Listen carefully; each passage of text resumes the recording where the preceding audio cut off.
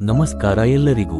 ಇಂದು ನಾನು ಇಲ್ಲಿ ನನ್ನ ಹೃದಯದ ತೀವ್ರ ನೋವನ್ನು ಹಂಚಿಕೊಳ್ಳಲು ಬಂದಿದ್ದೇನೆ. ಪ್ರೇಮ ವಿಫಲತೆಯ ಕಥೆಯೊಂದನ್ನು. ಪ್ರೀತಿ ಎಂದರೆ ಕೇವಲ ಹೂವುಗಳ ಹಾದಿಯಲ್ಲ, ಕೆಲವೊಮ್ಮೆ ಅದು ಕಂಟಕಗಳಿಂದ ಕೂಡಿರುವ ಗತಿಯೂ ಆಗಬಹುದು. ನಾನು ಯಾರನ್ನು ಪ್ರೀತಿಸಿದ್ದೆನೋ ಆತನು ನನ್ನ ಪ್ರೀತಿ ಅನುಭವಿಸುತ್ತಿದ್ದೆನೆಂದು ನಂಬಿದ್ದೆ. ಆದರೆ ನನಗೆ ತಿಳಿದದ್ದು ಪ್ರೀತಿ ಒಂದು ತರ್ಪಣೆಯ ಅಲ್ಲದೆ ಏನೂ ಅಲ್ಲ ಎಂಬುದು. ಆಕೆಯೊಡನೆ ಕಳೆಯುವ ಪ್ರತಿಯೊಂದು ಕ್ಷಣವೂ ನನ್ನ ಜೀವನದಲ್ಲಿ ಅತಿ ಅಮೂಲ್ಯವಾದುದು. ಆಕೆಯ ನಗೆಯು ನನ್ನ ಬೆಳಗಿನ ಬೆಳಕು, ಆಕೆಯ ಮಾತು ನನ್ನ ನಿದ್ದೆಯ ಹಾಡು. ನಾನು ಪ್ರೀತಿಸಿದ್ದೆನೆಂದು ನಿಜವಾಯಿತು, ಆದರೆ ಆಕೆಯ ಪ್ರೀತಿಯು ನಕಲಿ ಎನ್ನುವುದು ನನ್ನನ್ನು ತುಂಡು ತುಂಡಾಗಿ ಬಿಸಿಡಿದಂತಾಯಿತು.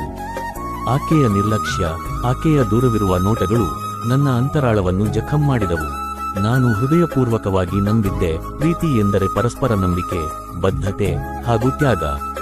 ಆದರೆ ಈ ಪ್ರಪಂಚದಲ್ಲಿ ನಿಜವಾದ ಪ್ರೀತಿಗೆ ಅರ್ಥವೇ ಇಲ್ಲದಂತೆ ಆಗುತ್ತಿದೆ. ಪ್ರೀತಿ ಮಾಡುವುದಕ್ಕಿಂತ ಹೆಚ್ಚು ನೋವಿನೊಂದಿಗೆ ಬದುಕುವುದು ಕಷ್ಟ. ದಿನಕ್ಕೊಂದು ಪ್ರಶ್ನೆ, ಏಕೆ ಆಕೆ ನನ್ನನ್ನು ಬಿಟ್ಟಳು? ನಾನು ಏನು